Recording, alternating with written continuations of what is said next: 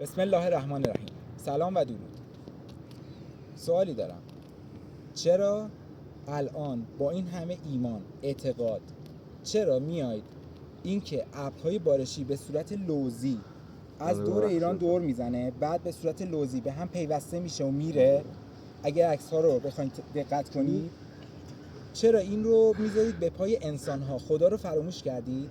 نمیدونید که دارید توی پارک ها، توی عموم، از سر این که فکر میکنید چیزی برای از دست دادن ندارید، فحاشی میکنید، ائمه و ادیان رو زیر سوال میبرید، پیامبران و امامانی که فداکاری کردن که راه باز شد برای شما زیر سوال میبرید.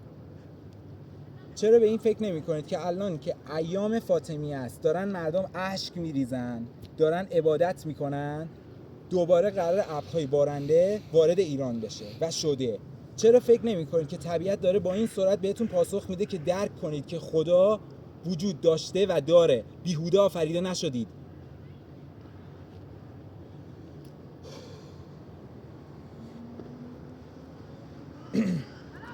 پروژه بهشت خاموش رو داخل کانال یوتیوب پیلار آف ارث گذاشتم.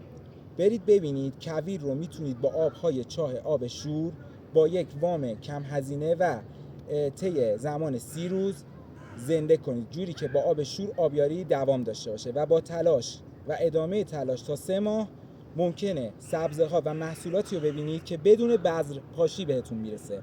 عبادت کنید روی اون زمین ها، تلاش کنید، عرق بریزید، از ابتدا هورا بگید، چرا که پیروزی نزدیک است و شکست عدم در پیروزی نیست، تعلیق در پیروزی است.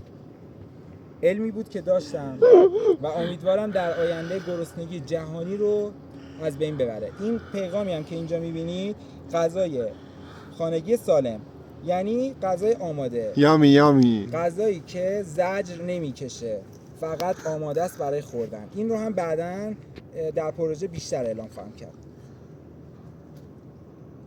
خوشبخت باشید.